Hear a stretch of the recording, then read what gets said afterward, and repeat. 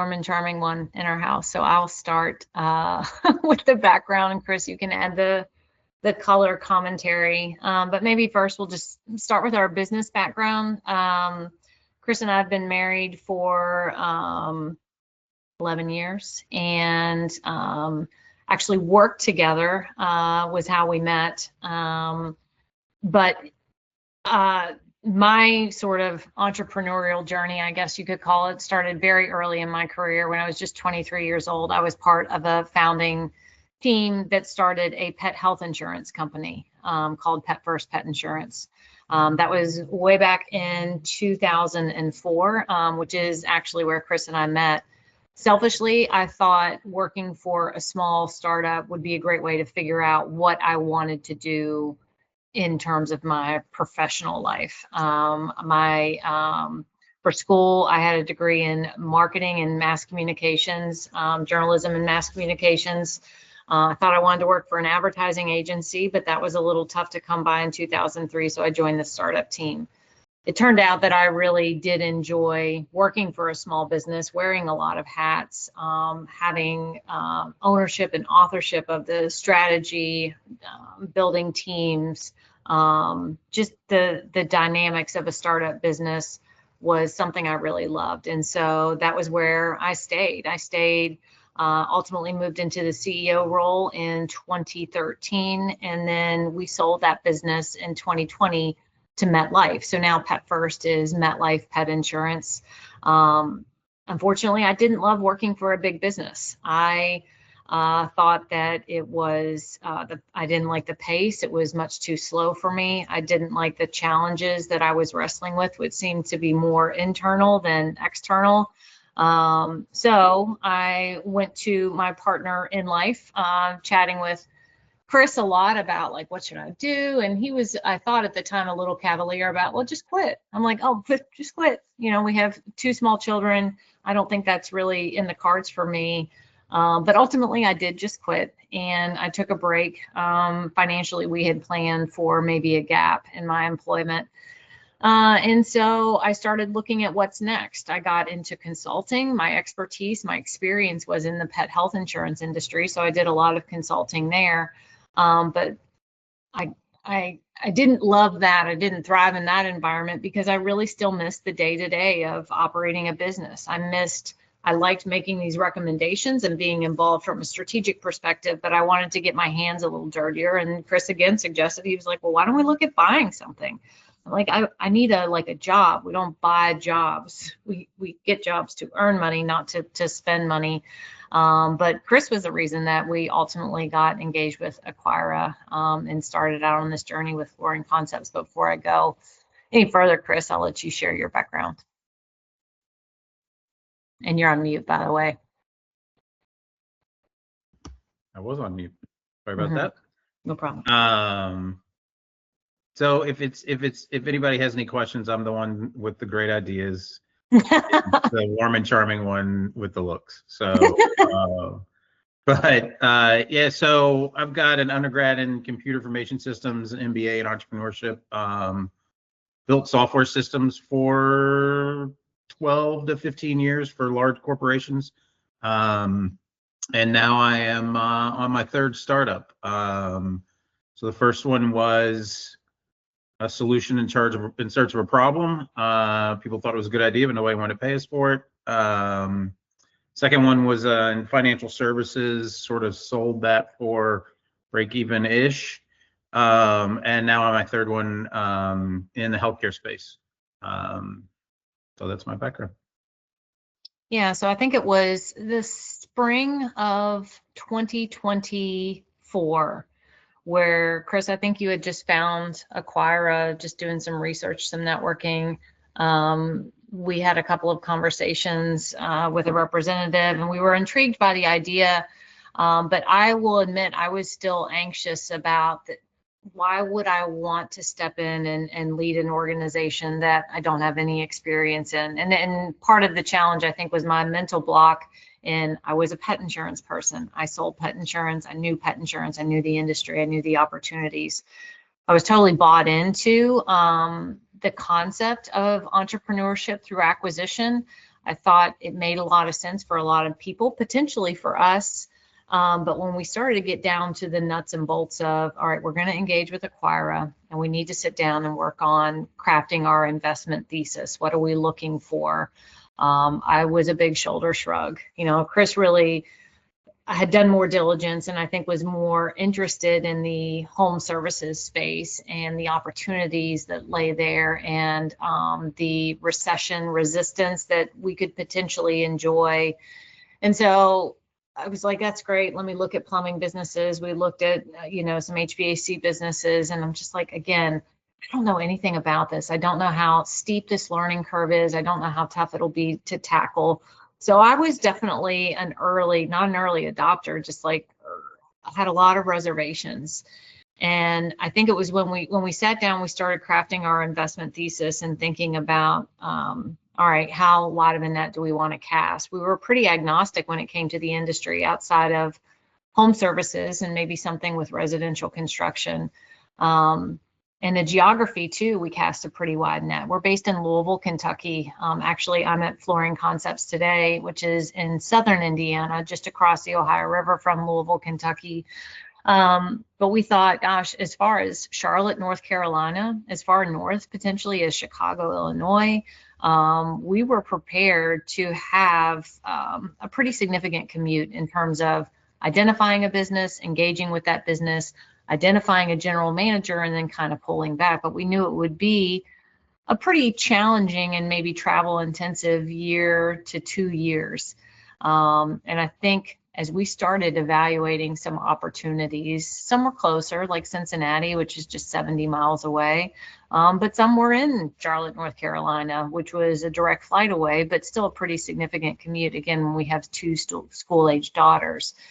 So I, once again, negative Nelly, was like, I'm not sure that I'm ready to do this. I think we need to revisit our investment thesis and rein in the geography quite a bit. In partnership with Acquira, who said, be careful. You can control the geography variable, but maybe it's going to give you less control over the types of opportunities that you have to evaluate. You're really going to limit yourselves. But after talking with Chris and after considering where we were as a family, after I had left my role at MetLife, I really enjoyed the flexibility that I had in my day-to-day. I could pick the kids up from school. I could take them to school. Chris and I could go to lunch in the middle of the day. And I didn't want to sacrifice that. I didn't want to lose that, even if it meant, hey, it's just a 2-year investment and ultimately you find the general manager and you move on. It wasn't worth the risk to me. So we did tighten our geography quite a bit. We tightened that radius. I think we said 20 miles. So in or around Louisville, which felt tough. And then we started to see some things. I think this flooring business, Chris, it was you that I had identified it just on Biz Buy Sell. We signed the NDA. We got to look at the SIM. Profitable business had started in 1997, kind of a classic story of 2 founders that were, approaching retirement and ready to move on to the next phase of their lives. So we vetted it with Acquira. We decided to move forward. And I'm trying to think in terms of, we didn't meet the sellers until we had an LOI in place. So it was probably July, August of 2024 when we identified Flooring Concepts as an opportunity, and we put together the LOI pretty quickly, and I think got it executed by October of 2024. We had our first meeting with the sellers, in December of 24, and ultimately closed just about a year ago in March of 2025. So almost have a full year under our belts. In terms of lessons and takeaways and maybe things that we would do differently. I mean, maybe Chris, we talk about that first with the diligence phase or the negotiation phase. I don't know, I'll let you kind of kick it off. Are there things that you see as key takeaways for this audience or things that you wish we would have done differently? I think there were things that we learned along the way. One of the things I don't know that I would change much about what we did. I think probably because most of the way we did what Acquira and those folks told us to do. So they were the ones. Follow the instructions. They Yes. were the experience in the room. So, it's a little bit like a recipe. Just follow it. Don't mess it up. But, I think we've probably got some learning since we've taken the business over. That I think that we might have done a few things differently. Probably would have asked for more working capital. We thought we asked for plenty, and we probably did, but I would probably just ask for more, because why not? You can never have enough cash, especially during a transition like that. I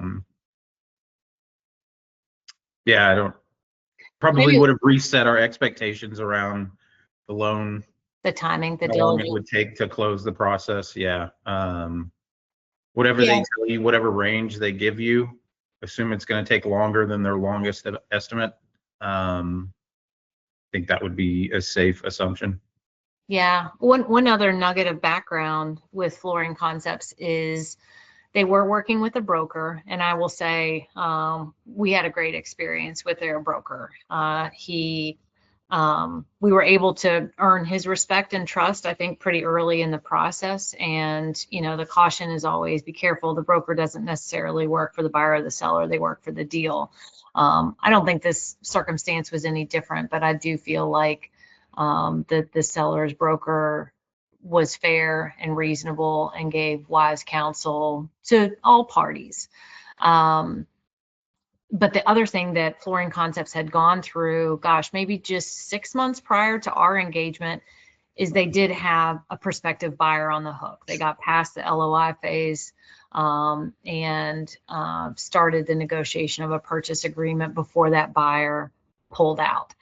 They had another deal that they had prioritized at a higher level, and so the opportunity with Flooring Concepts fell through. I think it was very helpful for us to engage with a seller that had some experience going through the initial stages of a purchase agreement negotiation, the initial stages of evaluation. I think it helped prepare them more for the engagement with me and Chris, and I think that worked in our favor.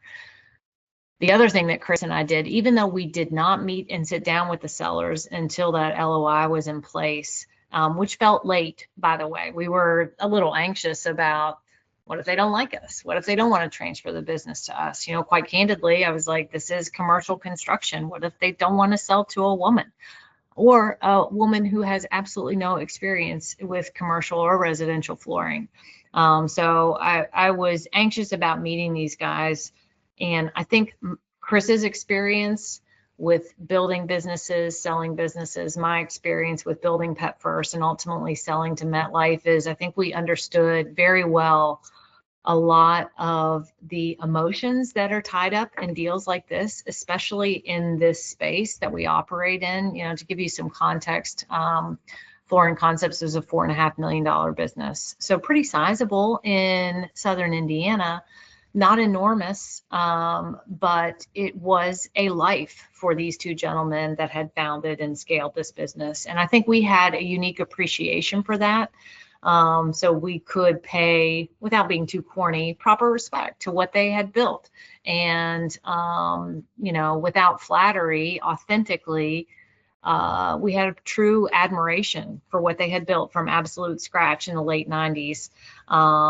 And something that could command a valuation that was attractive to them and affordable to us with the right financing.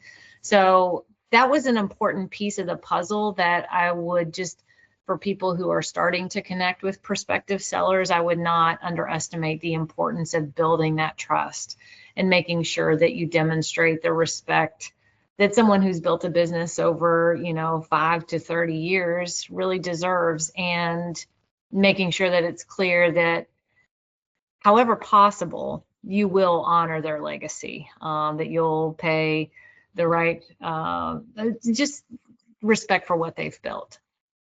I'll put an asterisk there because we'll come back to that part after the post-close kind of lessons. But I think that was a piece of the puzzle that I was anxious about that Chris and I solved for rather quickly. And I think the sellers who are still working with us in terms of we did negotiate a 1-year transition, and they continue to support the business and lend a hand in how we transition it. The other thing, Chris, I know you mentioned about the financing. We worked with Huntington Bank as an SBA lender, and we had a great experience with them from structuring a package that was attractive to us, that could be, we could service the debt. We felt very comfortable with how the loan was structured. And I think it's noteworthy that at the time, was it the SBA or Huntington that was having the promotion where the inclusion of the real estate afforded us a better rate and a longer term? Huntington was doing the promotion. I don't know if that was something that the SBA encouraged them to do, but they're a large, I think they're one of the larger, at least in this region of the country, SBA lenders, Huntington Bank. So we did include the real estate in the deal, which I think we have no regrets about that. There's a showroom for residential customers and also a warehouse. They included a forklift, which we've already had to replace. But yeah, I think we were pleased with the loan process. It did seem very clear and straightforward, and I sometimes oversimplify when something seems clear and straightforward. I'm like, we'll just project manage the heck out of this. But we couldn't. There were just so many deliverables and so many parties and so many moving parts. It certainly didn't go as fast as I would have liked. I think at one point we hoped that we would close February 1st and then February 15th and then March 1st. And we ultimately closed on March 7th of 2025, which seemed like it took forever. But at the end of the day, I don't think much was lost by the delay in timing. Are there any questions about or anything we can address about how we got to close for that period of time leading up to it?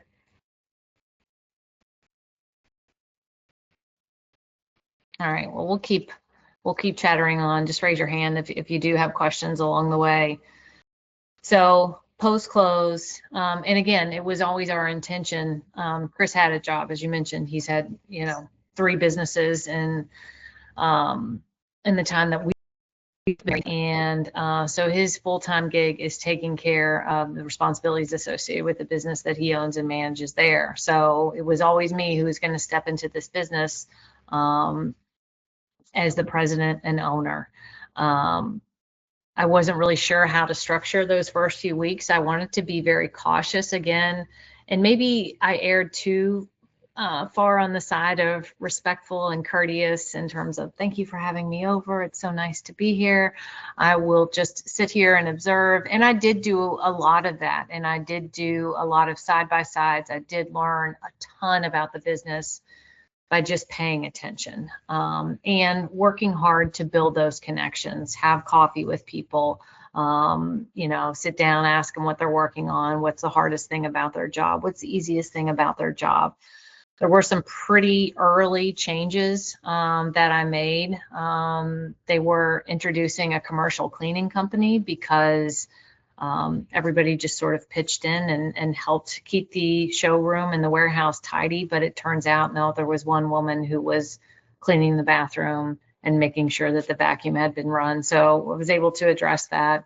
We introduced a voice over IP telephone service. We had a literal answering machine with a tape. So that was an easy change to make. And also the introduction of digital tools to help us manage what was a very paper heavy business. We were writing paper checks, even for payroll. So not just printing checks, handwriting paper checks for payroll, for all vendor relationships. So there was a lot of little low-hanging fruit that just from a business perspective, not knowing anything about commercial construction or flooring, we could address those things pretty early on. One of the things that was important to me too is I wanted to learn how to do everything in the business. Even if that wasn't going to be where I could create the most value, I wanted to make sure I understood how does this work? How do we take care of residential customers? And just, to give you some insight, our business is 85% from a revenue perspective, 85% commercial, and probably closer to 90 this year, 10% residential. So homeowners seemed like the right place to wade into the flooring waters. I will say this, I absolutely prefer commercial, not only because of the higher contract price, but just because of the savviness of the customer. When you think like the average homeowner is going to replace their floors, I don't know, 6 times in their lifetime.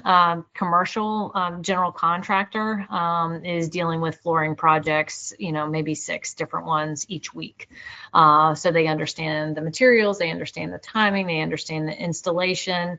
It's just, there's a lot less emotion tied into the commercial projects, but I think you could say that across the board.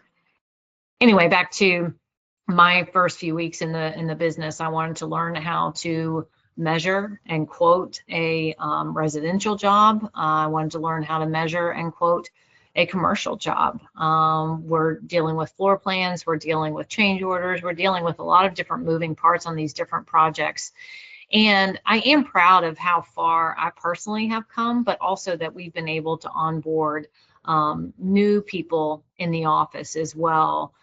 Basically, the former owners, again, they had a ton of expertise, a ton of experience in this industry. It was going to be difficult to replicate.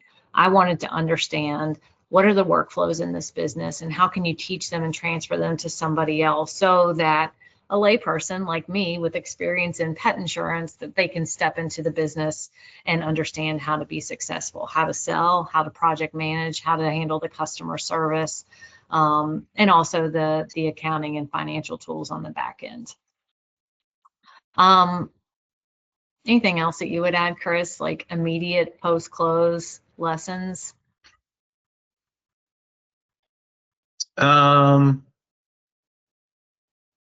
I think again, just making sure that you have plenty of cash to operate the business, that you set a plan for meeting who your suppliers are, and starting to build those relationships, and then having a plan for how do you meet your biggest customers, the ones that you're going to rely on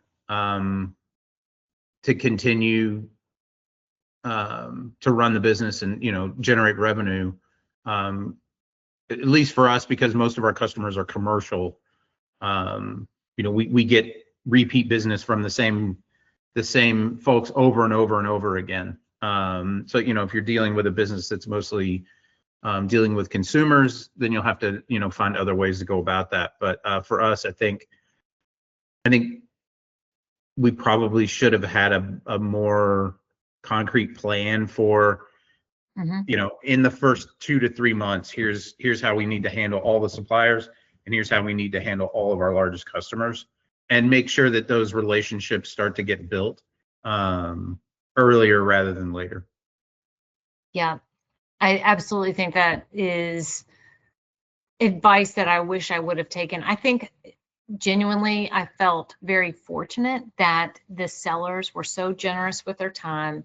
I think they genuinely wanted me to be successful to a point. So I think there was a bit of a inflection point, maybe late fall, early winter, where life without the original owners is in our sights. We're building a plan. We have a budget for 2026. We have a strategy to take us into 2027.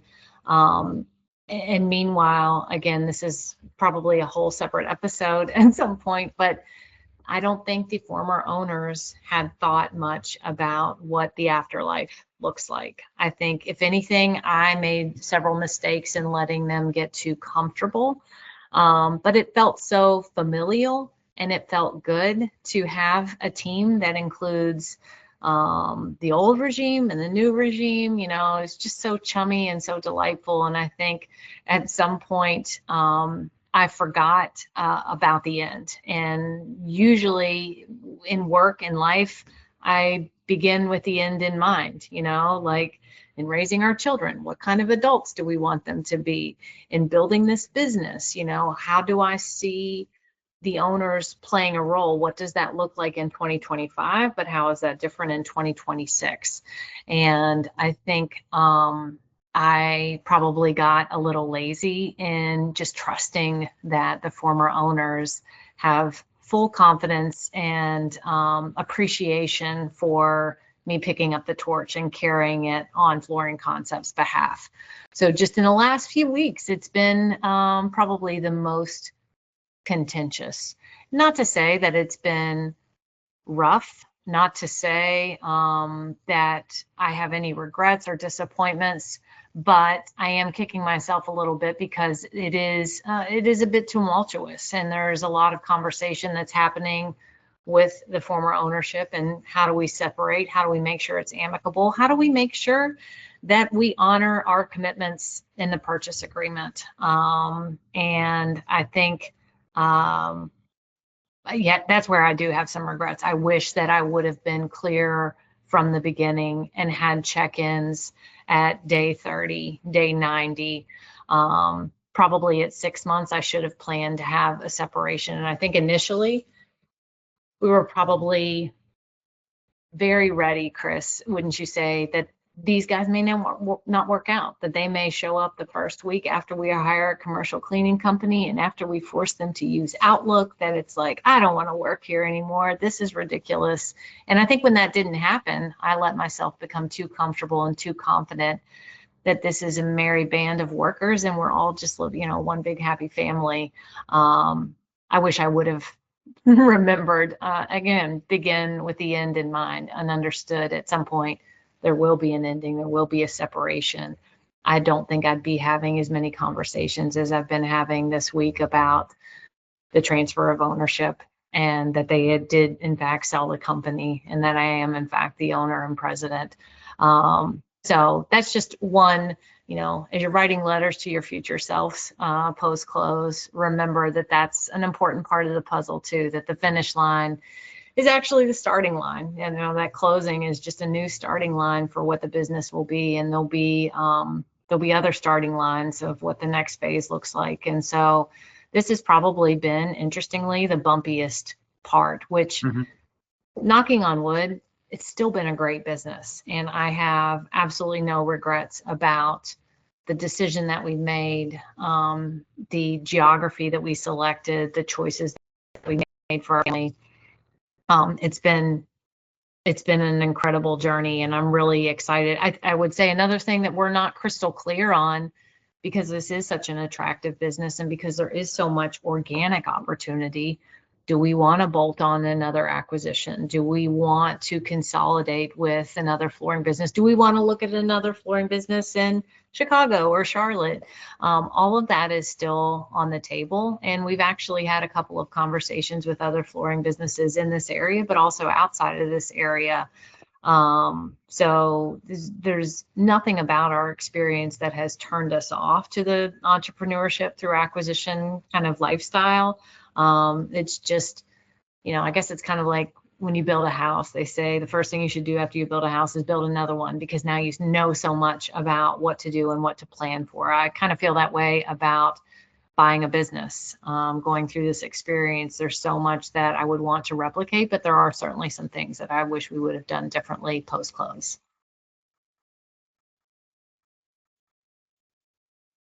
Any questions? Oh yeah, Kenneth.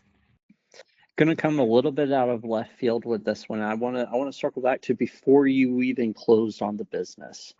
What when you did your QOE, how did that impact the deal, and how did the sellers respond to those impacts? That's a good question. Chris, I'll let you add some color to this too, but we didn't change the offer from our LOI based on the quality of earnings analysis. We did work with a partner that was referred to us by Acquira. They had experience with residential and commercial business, construction businesses such as this. So they had a lot of great questions. And Flooring Concepts, the former leaders, had a lot of obligations in terms of feeding us data and making sure that we could make well-informed decisions about how to structure the deal. I think one of our key takeaways from the QOE analysis was really appreciating the importance of the WIP, the work in progress analysis. That was something that Flooring Concepts had already done, but they didn't do it with any regularity. I think it was only done for the purposes of marketing the business, and the accounting firm that they worked with before requested that they do it as part of their year-end analysis. Are there other things that you would say that we gleaned from the QOE analysis that affected the deal? No, I think one, we were lucky because they had already gone down this path with a previous interested buyer, and had gotten all the way to the point that the bank, the same Huntington bank that we used, had already evaluated this business and had put together a loan package with a revolving line of credit. Like, they had gotten that far with this business. I also think between the accounting firm that the business used and that we're actually still using, and the broker, I think a lot of things that would typically come out of a business of this nature in a QOE review had been cleaned up previously. And a lot of those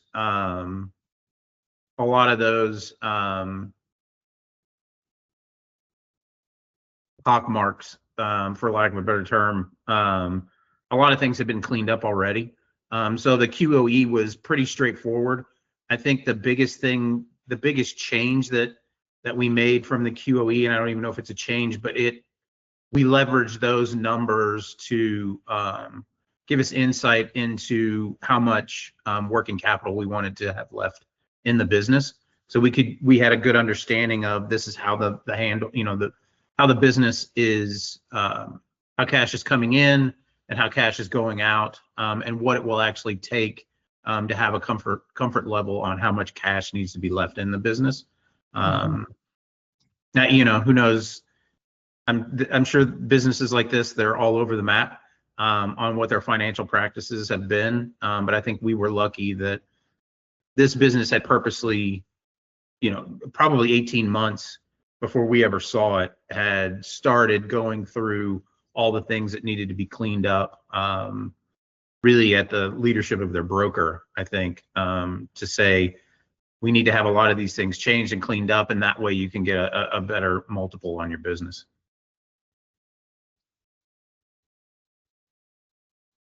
Julie, do you have a question? Yes, hi there. Because your company is focused on the commercial market, I'm wondering if you structured your ownership so that Katie, you own 51%, and Chris, you own 49%, in order to take advantage of some of the women-owned set-asides that exist on the state, let alone on the federal level. Absolutely. So that was absolutely our intention. So this is, Okay. Chris can attest, like, He's laughing. Everybody get ready. Katie's Here about to comes a start full tilting at rant. windmills here. So Here comes a full rant. Truly, we did structure the business ownership in such a way where I would have 51%, Chris would have 49%, so that we could take advantage of those opportunities. As you mentioned, Julie, especially on the commercial side, we do a lot of work with schools, a lot of government contracts, and we wanted to leverage that even more outside of the market that we were already serving. So that was important to us out of the gate. Just shortly after closing, we initiated the WeBank certification process, and I naively thought, like, this is going to be so straightforward. We've bought a business. It's a real business. It's woman-owned. It's woman-controlled. Chris is not even here. Here I am in this business operating it without his influence or control. WeBank did have some reservations for how our operating agreement was structured. And again, because we're same household, same family, same tax return. Admittedly, when we were checking those boxes on the operating agreement, checking those boxes when it came to the bylaws, we were truly just trying to work through those things as quickly as possible so we could get that box checked for Huntington Bank and move forward with the closing process. We of course wanted to make sure that, you know, we were protected as individuals, protected as the purchasing party. I would advise anybody that is working with a female partner or a female yourself that you make sure when you're structuring your operating agreement that it is as explicit as possible about the female leader having not just the ownership, but the voting rights, the control. One of the things that WeBank held up for us was the fact that I could not vote Chris off the board of directors without his approval. And it took me aback a bit because I was like, what man would agree to that? What reasonable person would agree to such a thing? And I think it's just important that there were ways to restructure our operating agreement and restructure our bylaws. So I had control, not just in the operation of the business, but also from a voting rights perspective. I just would, again, begin with the end in mind. If you do want to pursue that women's business entity certification from WeBank, make sure that your legal counsel is apprised of that and that you don't hustle through the operating agreement, the bylaws, the other kind of box checks as you're hurrying towards the close. You make sure that you're buttoned up there as well. Okay. And I see that my business partner, Donald Thomas, has his hand up. So he might have. It's like, I'm being voted off of the board. I have some reservations. Yeah. No, we've been friends for 20 years, so we'll see. What he comes up with. I'm sorry, Don, you can't be on the board, but yes, let's hear your question. It's a completely unrelated question Okay. to that. So I was curious, you mentioned not having, flooring experience or construction, how long did it take you to become, let's say, fluent, and how deep did you or have you gone as far as wanting to understand the deep, the SME aspect of flooring and construction versus the broader business? Yeah, I think to become fluent and genuinely comfortable with going out and meeting with prospective opportunities independently, I think it was a good 6 months. I now have an appreciation that no one in this business knows everything about everything, and anybody who attests to is probably fibbing.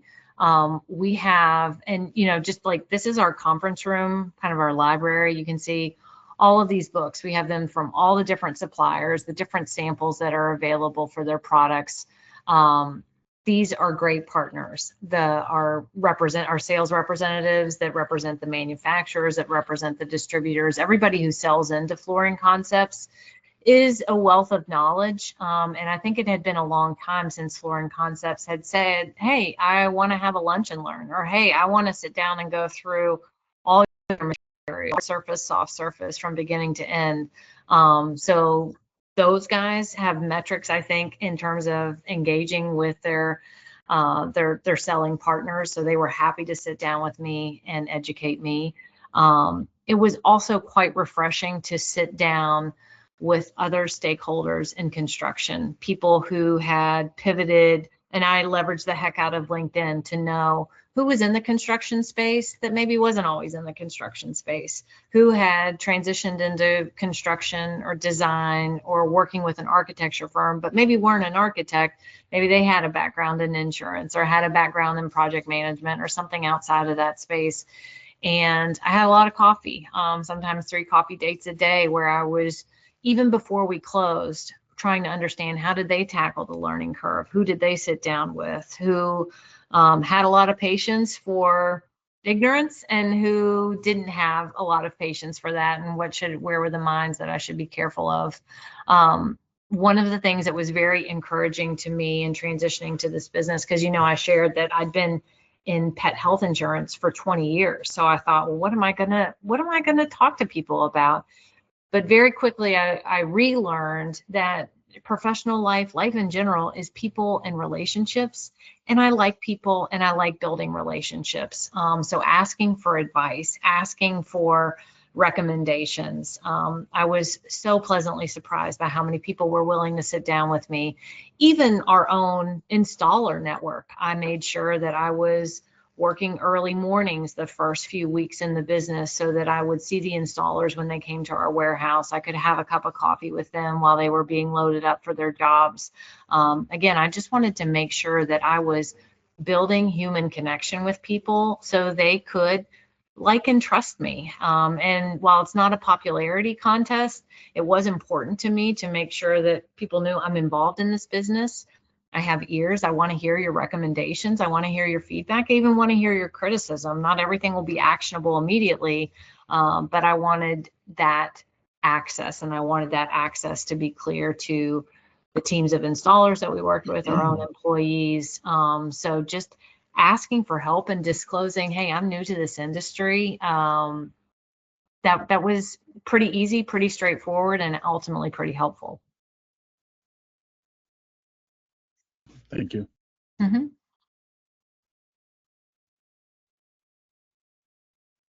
Well, just a quick question.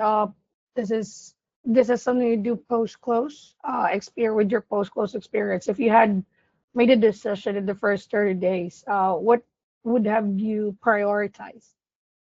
30 days post close, what would we have prioritized? Yeah.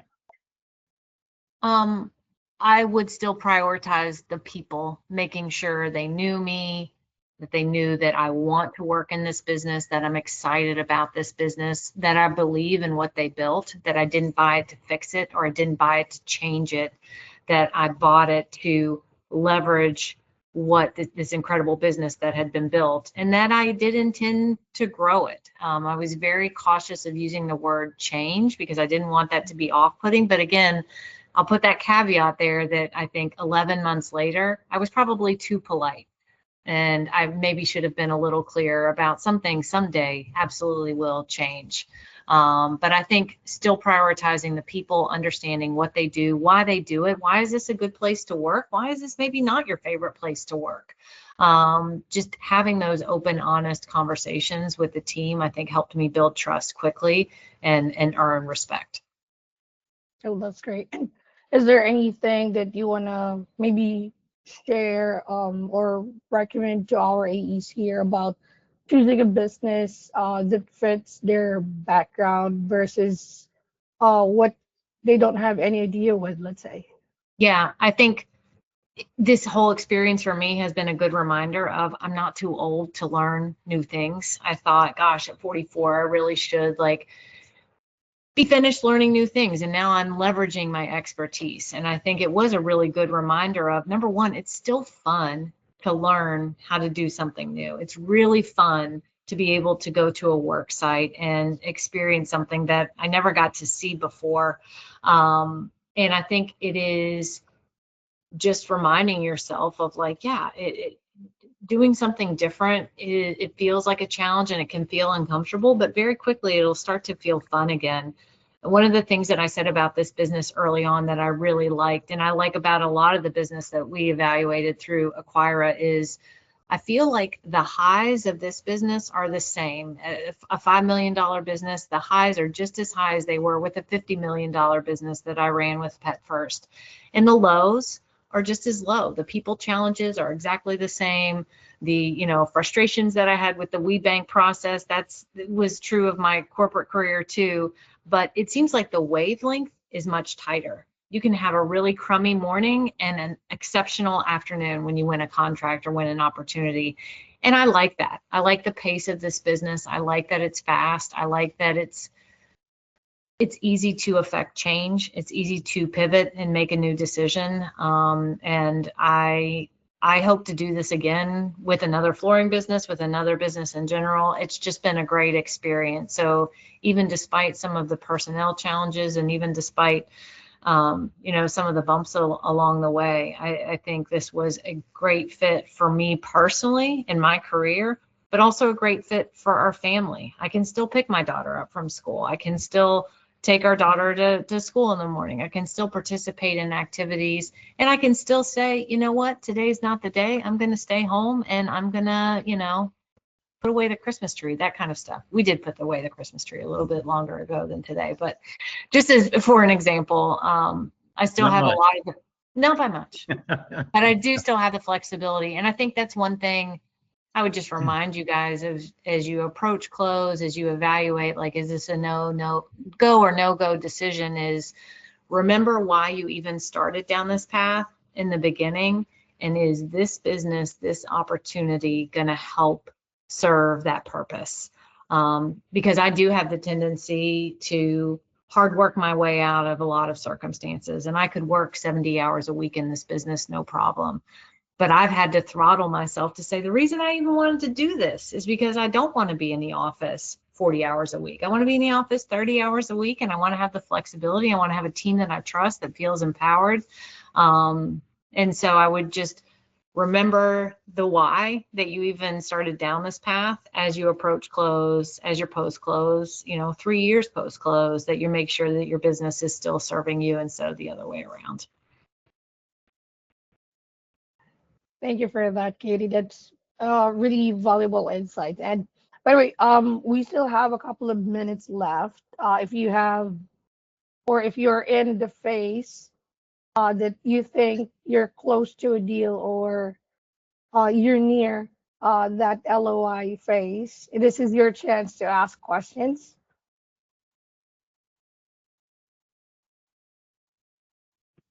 So I think silence means we can wrap up early and give back your time. Well, first, I really want to thank both of you for giving us your time today. We really appreciate you sharing your experience and your learnings through this business that you have.